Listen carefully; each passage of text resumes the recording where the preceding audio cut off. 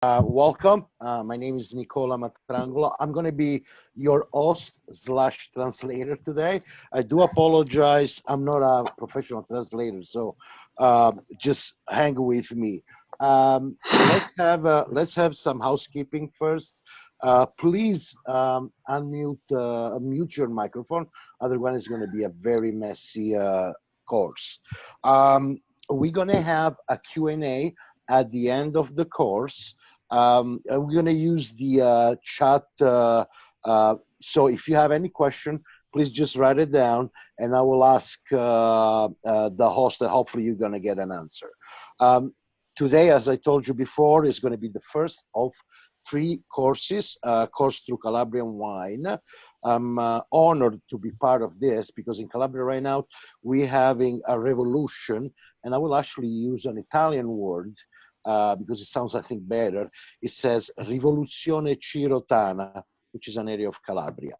I'm actually going to start introducing first some very important people.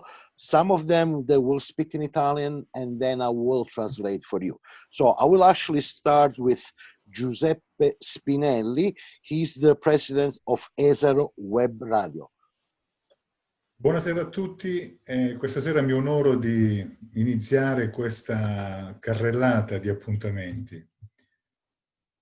Loro nascono da una esperienza di interscambio tra Calabria e Canada per affrontare il tema della visibilità di questa terra, iniziando da quelli che sono i prodotti enogastronomici. Mi onoro di fare un po' il padrino di questa manifestazione insieme al dottor Gennaro Convertini, che mi ha suggerito l'attuabilità di questa esperienza. Grazie per l'ascolto e vi lascio a chi vi parlerà in modo culturalmente di questa terra, nell'espressione della loro produzione massima, che è il vino. Buon ascolto a tutti e al prossimo appuntamento. Thank you, Giuseppe. I'll be super brief here. Again, Giuseppe, welcomes everybody. And he wants to just, again, point out that this is going to be a bridge between Canada and Calabria. This idea actually was fathered by Giuseppe and Gennaro Convertini. Giuseppe will actually welcome you guys and is waiting for you guys for the next courses. After Giuseppe, I will actually introduce Mr. Gennaro Convertini. He's the director of Enoteca Regionale Calabria. Please, Gennaro. Sì, buonasera a voi e grazie per essere qui. Io sarò davvero brevissimo. Certamente o probabilmente voi magari non conoscete la Calabria del vino e quindi diciamo abbiamo colto l'opportunità dei nostri amici Savino, Nicola e Giuseppe per farvi conoscere questa nostra regione, farvi conoscere la nostra produzione vitivinicola. Grazie per essere qui. Okay. Gennaro was extremely brief. He wants to welcome all of you guys for the chance you're giving us to introduce you the Calabrian wine. Basically, that was it. After Gennaro, I want to introduce Savino Bruno, again, wine director for Heist Canada. Here you are, Savino. Savino. Okay, hi. Yes, I'm the wine director for Heist Toronto. My mom, she's from Calabria, and to be honest with you, although I went to Calabria every year, I never really had many wines because, you know, especially here in Canada, you cannot really find as much. But, you know, the few I've tried, I was always very impressed with it. And knowing the region, knowing how beautiful the region is and what it has to offer, you know, what we're trying to do here, we're trying to educate people a little bit, especially wine professionals that they work in the wine business or in the restaurant business.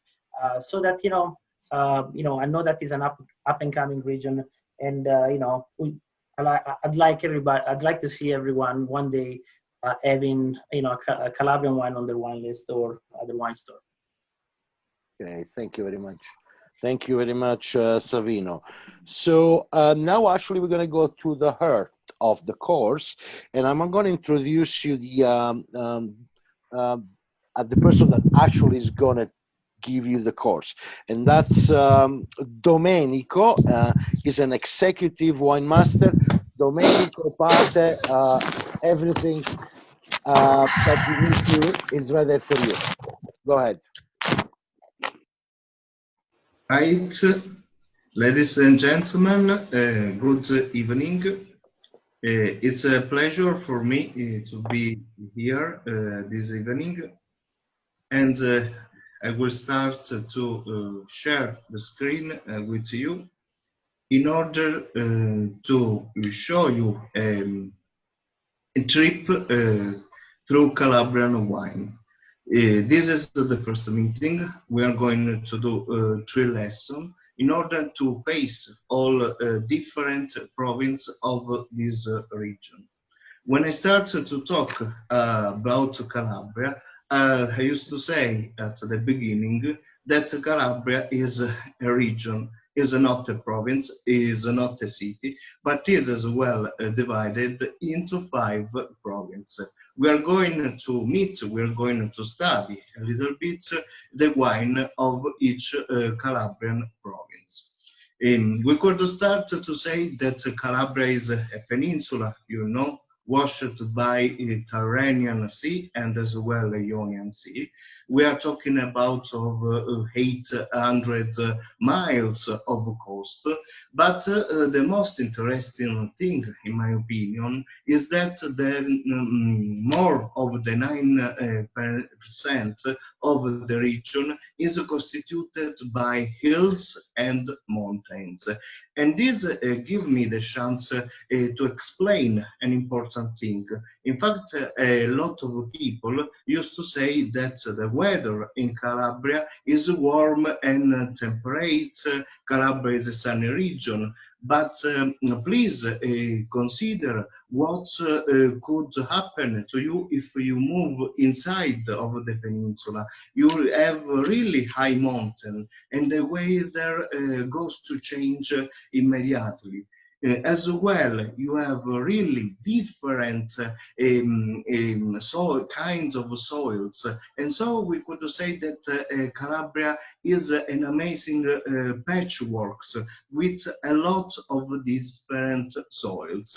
This is important because it's not a surprise if with these conditions you can grow up sincerely a lot of grapes, and this is an important thing. When we start to talk about Calabrian wine, we could say that as an ancient history that begins over 3,000 of years ago, but maybe people are still studying this thing. Maybe we are talking about really an ancient period, more than 3,000 of years ago.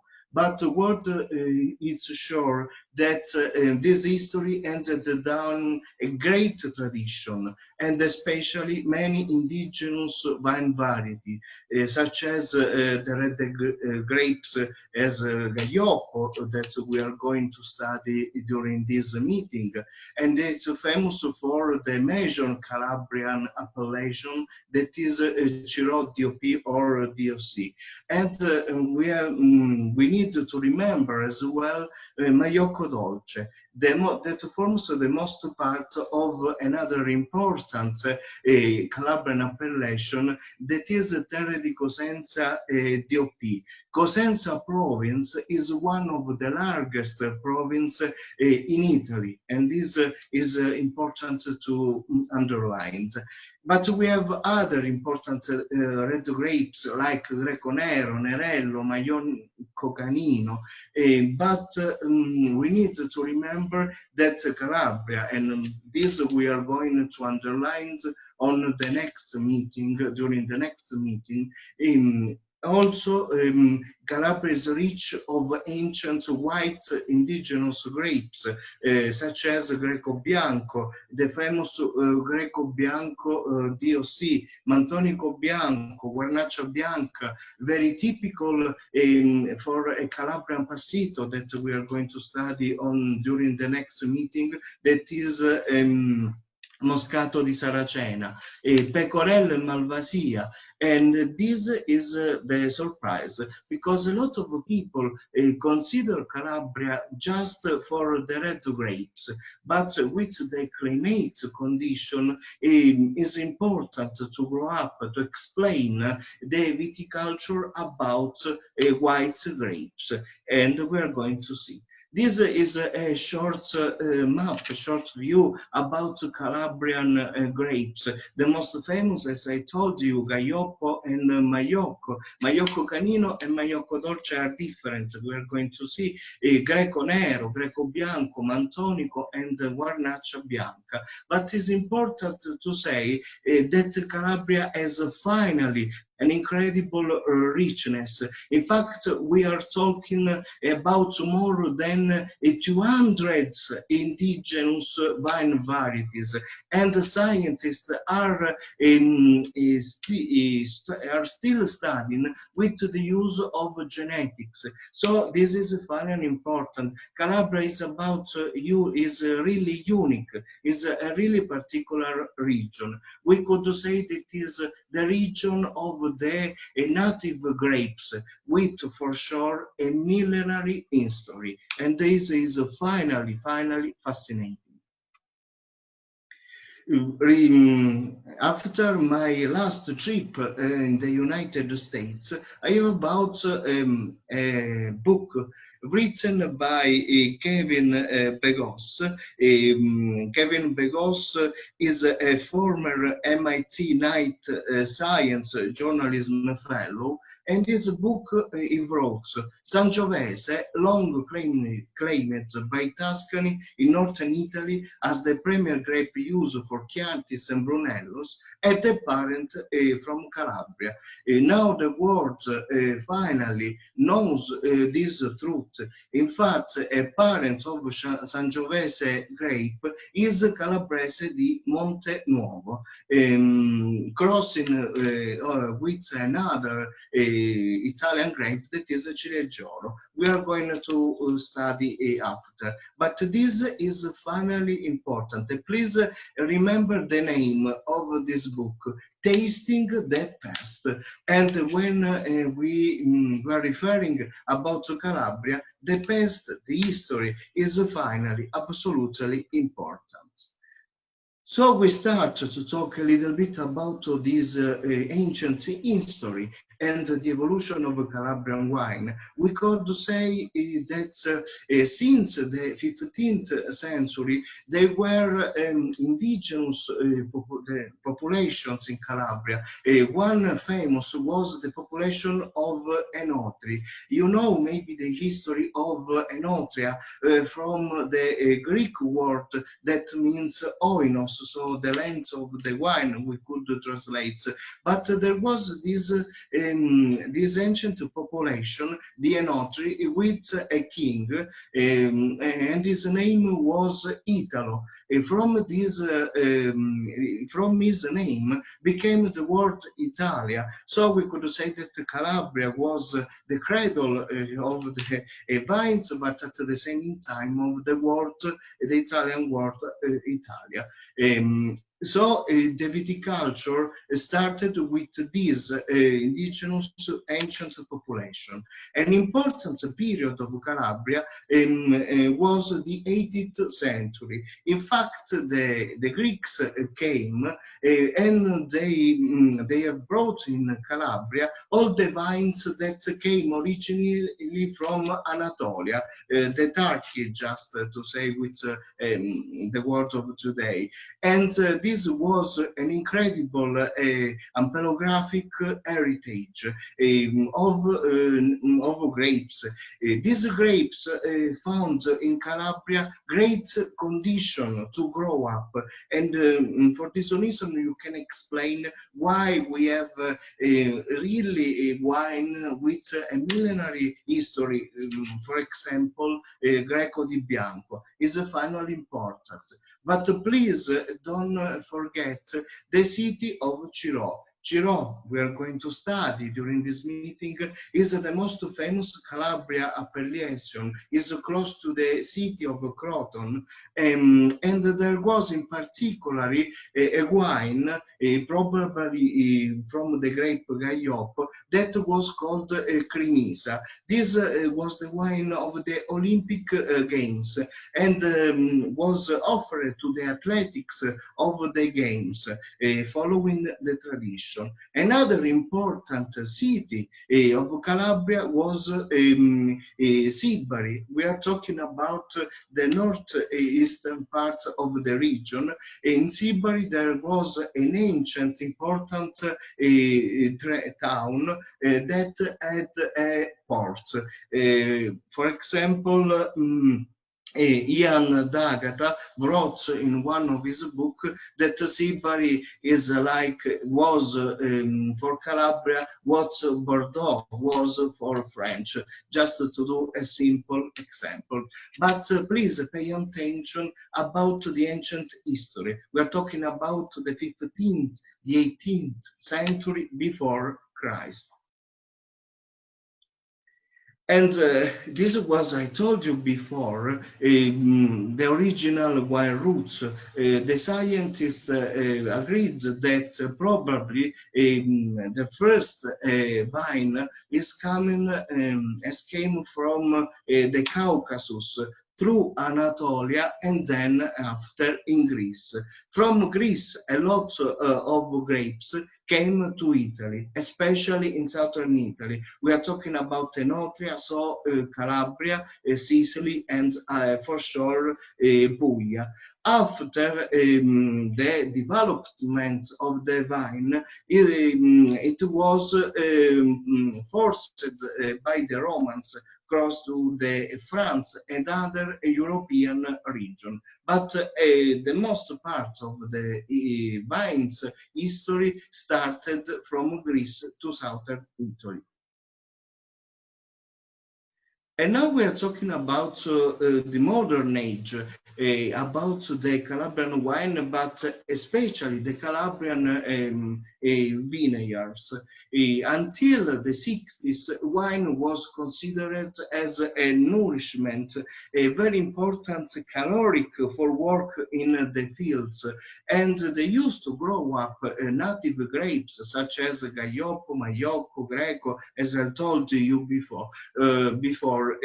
These kinds of wines that had really ancient origin. But wine production, there weren't great quality wines because they were following the local taste, and the wine production was concerned about the family needs, and it was important in this period the market of vino sfuso. So a good quantity, a good volume of wine in order to satisfy the request from the family. This was the market at that period. During the 60s, wine was still a nourishment, but there was an important thing, the European politics. They give money to the people, to the companies, to ripe up vineyards.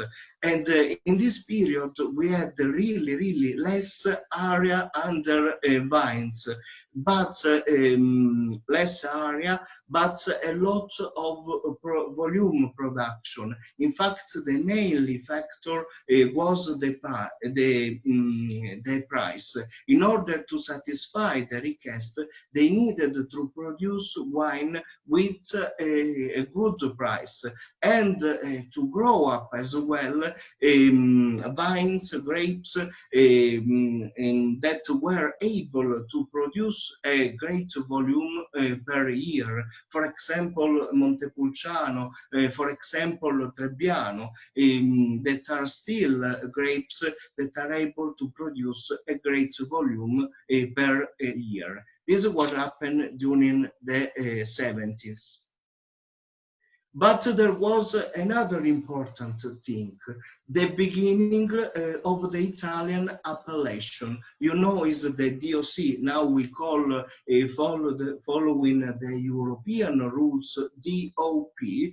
And we have the first examples of Calabrian bottled wines with the appellation written on the label. Please remember that Ciro was the first Calabrian appellation. We are talking about 1979, and in fact last year during Vinitaly was celebrated one important event, the 50 years of Ciro appellation, and it was organized a tasting with Walter Speller that works for Jensen Robinson, and Gennaro Convertini was there as the president of the Enoteca Regionale, and during this meeting was organized an important tasting of Gaioppo, even produced over 30-40 years ago. And this was an important demonstration how Gaioppo could be older, could be made older. And this is finally important. So until the 70s, we have the development, the diffusion of the first Italian appellation. Ciro DOC was the first. During the 80s, especially during the 90s, something started finally really to change. Wine was considered no more a nourishment, but a pleasure. And this was important for the key factor. The request was to produce quality wines, even with international grape. And this is finally important, because we know that Calabria is a great place for viticulture, with an ancient history, and for sure with a great ampelographic treasure that are, as we discussed before, that are the indigenous vines, but as well is a good place to grow up vines, to grow up vineyards. And so, for example, if you want to plant, if you want to grow up a Cabernet Sauvignon, you can find easily the right condition to do that job. In fact, there was a period, we call this Cabernetizzazione. We could translate Cabernetization during the 80s, especially, in which the company started to produce wine with an international blend. For example, Cabernet Sauvignon in blend with Gaioppo. So indigenous grape with international grape. Like, for example, a super Tuscan. We could talk about a super Calabrian, joking, absolutely. And this internationally blended wine we have still today. For example, one of the most known Calabrian wines in the world is Gravello by Librandi Company, that is technically is a Gaioppo, a 60% Gaioppo and 40% Cabernet Sauvignon, with absolutely the use of barrel, of barrique. And this can explain to you why this kind of wines, even from Calabria, are still famous around the world. We used to say that it is an interesting debate still today. But another important thing about the 80s and the 90s was the beginning of wine tourism. As you can see from the picture, Calabria today is a surprise because we have really several different producers that are able to do wine tourism, to take care about tourists, and absolutely is important because you can find beautiful tenute companies with important restaurants. We are going to explain a case at the end, but this happens in Calabria just at the end of the 80s and the beginning of the 90s. So it's a recent thing, it's not an ancient thing when we talk about wine tourism. Today, we consider wine as an emotion, and they are different key points at the beginning, and for sure wine tourism can explain this. There is the experience. You want to meet the producer, especially the producer that finally have an ancient history. And for example, we have a producer that are the fourth, the fifth generation, and this is important. But you want to meet the terroir. You know that terroir is a complex definition. We used to talk about soil, about grape, about tradition, about history, about the style of wine production, and you want to really meet. Maybe this, maybe we could consider Chirac as an important terroir with a millenary history. And for sure, all these Calabrian places have a lot of distinguishing marks. For example, if you produce a Gaioppo with a vineyard close to the Ionian Sea, you can have this just in Calabria. When you produce a Greco Bianco, a wine with a tradition from the ancient Greeks, you can have this just in a small town in the province of Reggio Calabria. So you can always have interesting distinguishing marks. But another important factor we need to underline this is finally the quality of the wine. In fact, we have some Calabrian wine that are very famous in the world because they had important scores in the major guides of the world or in the major magazine like Wine Spectator. At the end, we're going to explain a case. But the new the new trend, excuse me, is to grow up again native grapes, because this is finally our resource. This is finally our treasure. So to grow up vines and to create wines, to produce wines even today with a millenary history. Maybe history finally could be the key to understand well Calabrian wines and to communicate them around the world. And we talk a little bit about this fascinating, this important land and appellation as well, that is Chirac. As I told before, Ciro DOC was created in 1969, and you can produce Ciro wines just in the city, in the towns that you can see: Ciro, Ciro Marini, Cruccoli, and Melissa. And you can produce Ciro especially with Gaioppo and Greco Bianco.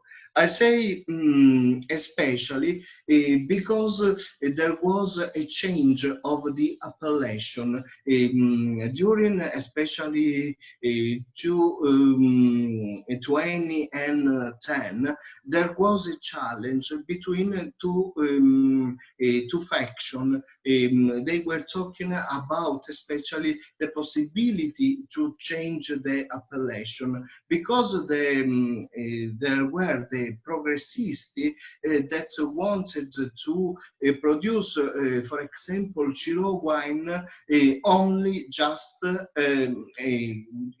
Ciro wine with Gaioppo and other grapes, for example, local Calabrian grapes or international grapes like Cabernet Sauvignon, and others that were named conservatori that wanted produce the old Ciro just with Gaioppo, 100% Gaioppo, or in case of Ciro white, 100% Greco.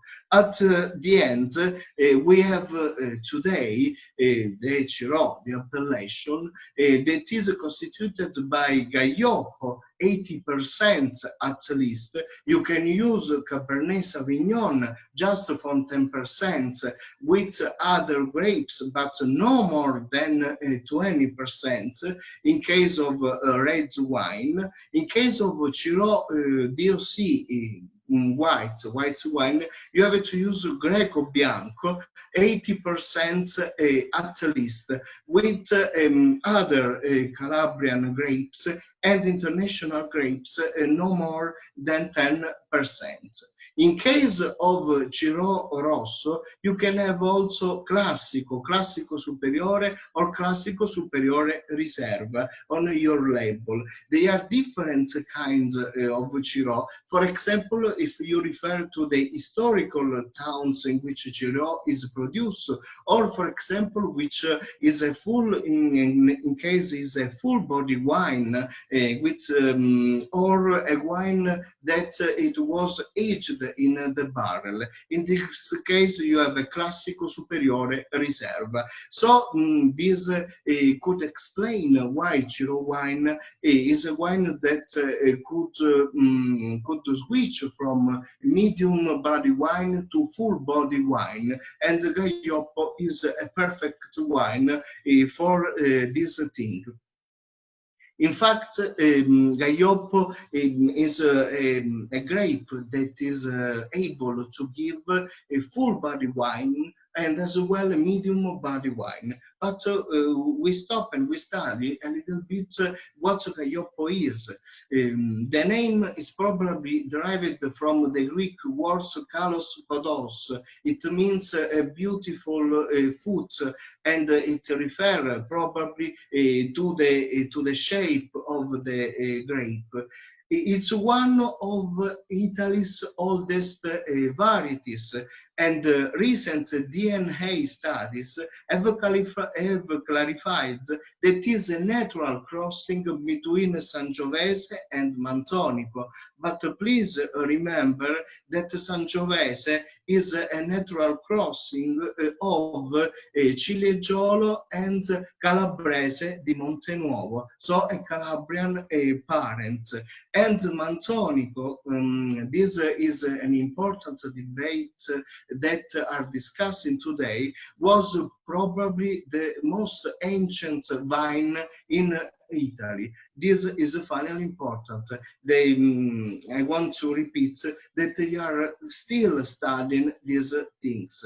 Important thing about Gaiop as well is that it's low in anthocyanins and often high in tannins. This explains something about the structure and the characteristics of the wine, but explains well the color too. In fact, Gaiop is normally a red Rabbi that goes easily to garnet, like for example Nebbiolo for Piedmont or Sangiovese from Tuscany. Ciro, for sure, is its most famous wine, its most famous interpretation. And probably when we talk about Ciro, we are talking about the ancient Crimea wines, wines with a millenary history, as I told you before. Now I want to do, just to end this presentation, in order to end this presentation, 2 examples about Ciro community. The first, this I want to do especially for a thing. There are a lot of people that say that Gaiop is not a so elegant grape, but this is the answer in my opinion. For example, you had some years ago one wine produced from Gaiop 100%, named by Wine Spectator between the finest Italian wines at Opera Wine Show the day before Italy. And this is absolutely fascinating and can explain well how much the quality of Ciro wines, and especially the wines made from Gaiop, is good today. So maybe the world needs to understand well, to study different interpretations of Gaiop wines in the Ciro lens, and they could give you really a surprise.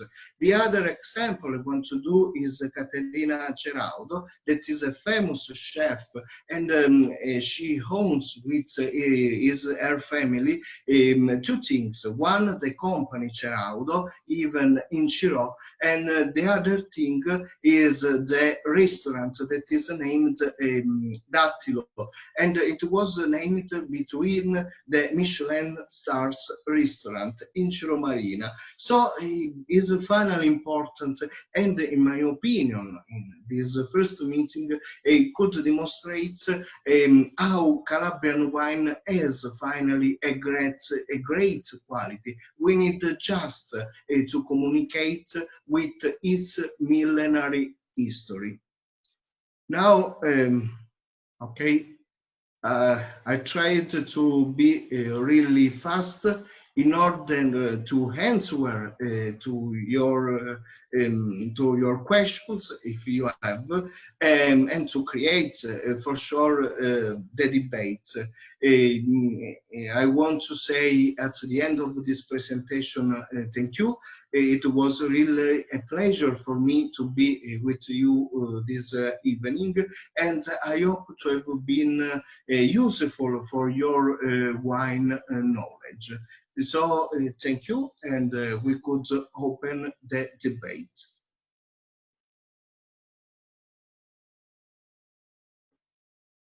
Can you guys hear me? Can you guys hear me? Great. Thank you, Domenico. Grazie, Domenico. Grazie a voi. Okay. First of all, I want to read some comments. First of all, hi Barb. I don't know if she left. Is she still there? I'm Barb. I love wine. My grandfather was from Maida in Calabria. Yeah, we are going to study during the next meeting the Lamezia Terma Vivo Valencia lens, and so we are talk about some vineyards that are close to there. Maida is really close to my hometown, that is Lamezia Terma. Great. Then we have Savino. Basically, Savino is asking, what are the soils and the altitude of Ciro? And not part of the same household, then that's contact. Yeah, you have different kinds of that group's irresponsibility, or someone who was like, oh, I'm feeling a little under the weather, but I really don't want to miss out on this party or this gathering. Do you want to mute and they Jameson? go anyway. It's those Mute people Jameson. that are going to fuck things up. So. Yeah. Okay, perfect. All right. Yes, we have absolutely different kinds of soil. And the most interesting thing is the altitude. You can have really vineyards close to the sea, and for example, 300 meters up to the sea, or 400 meters in general, what we have in Ciro. And some vineyards are particularly interesting because they are a sort of a crew. Great, great. Then we have a question from Max Pavan. What's the percentage of the Calabrian wine that are exported? Just a number, a rough number. It's difficult to say exactly. Maybe Gennaro could help us, but I think that finally the things are changing from a company to another one. For example, if you consider Librandi or Stati or Ippolito, you have a good percentage of exportation. A small company, not so much. Maybe I will ask to Gennaro.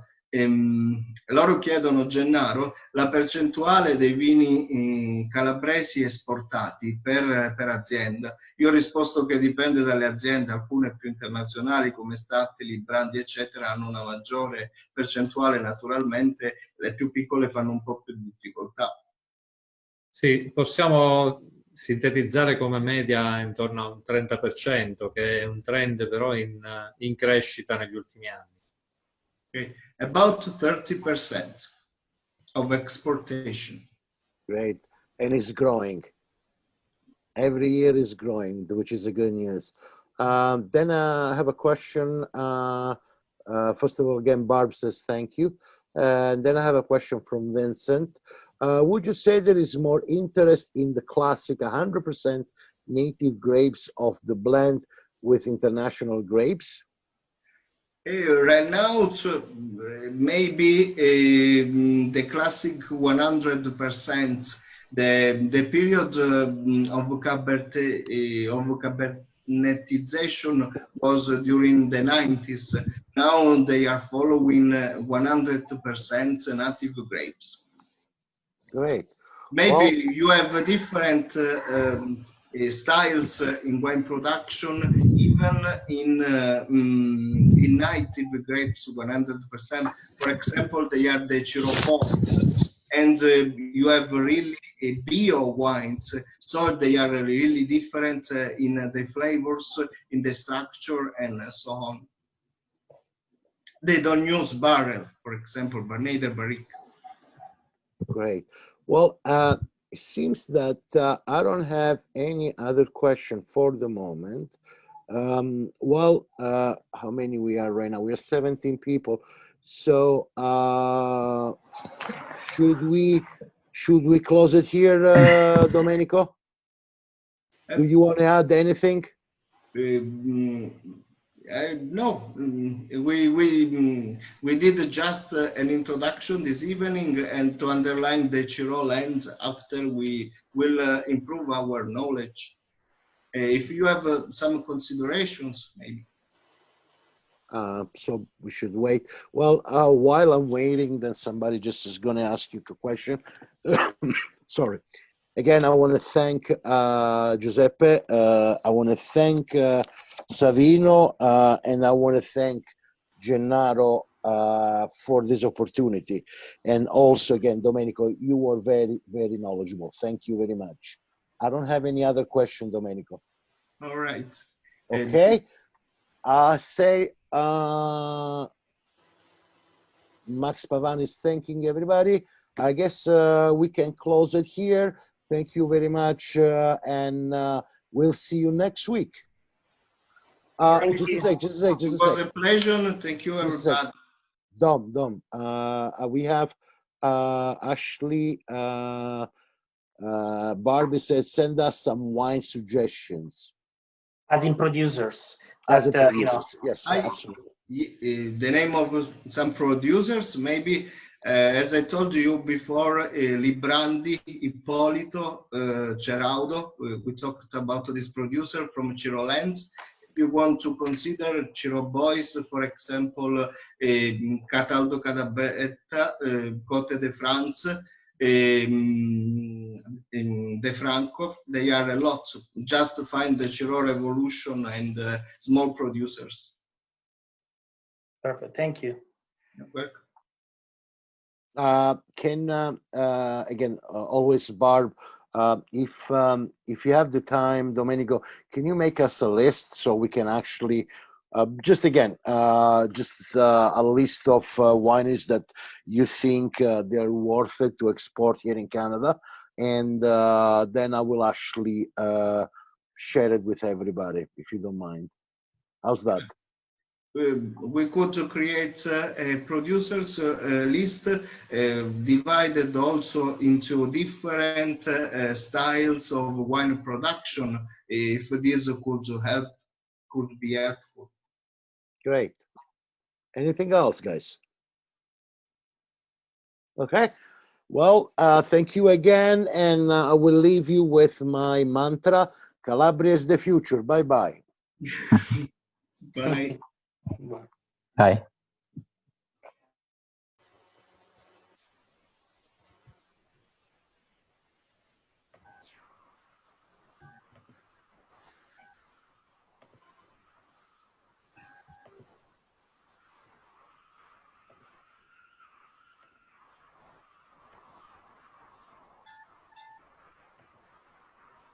Massimo, ti sei mangiato i gnocchi? Ciao Savino. Ciao, ci vediamo fra qualche ora. Molto interessante, bravo Domenico, veramente. Grazie. Sì, ho cercato di essere molto veloce ed essenziale, in modo da lasciarvi... Molto chiaro, molto schematico. Bene. Savino, porta il Brunello. Sì, sì, ciao. Ciao. Ciao. Ciao, grazie. Ok, è stato, no, davvero è stato molto interessante. Quando abbiamo fatto? Una decina, 17 persone? Sì, eravamo noi, credo, 5-6 eravamo noi, quindi 11 persone. Va bene per iniziare. Sì, io ripeto, Savino, mi sono mantenuto molto essenziale, ho evitato di appesantire troppi contenuti. Era giusto per dare un input. No, va bene, come si dice? Aspetta un attimo, Nico. No, è stato perfetto, perché poi comunque con un pochino con le mappe, con tutte le altre, con le foto, era perfetto, capito? Poi se li teniamo un pochino più a lungo, tanta gente comunque perde anche un pochino la concentrazione. Non è perfetto così, almeno gli abbiamo dato un pochino la base. Vedi, c'era quel mio amico Rob, lui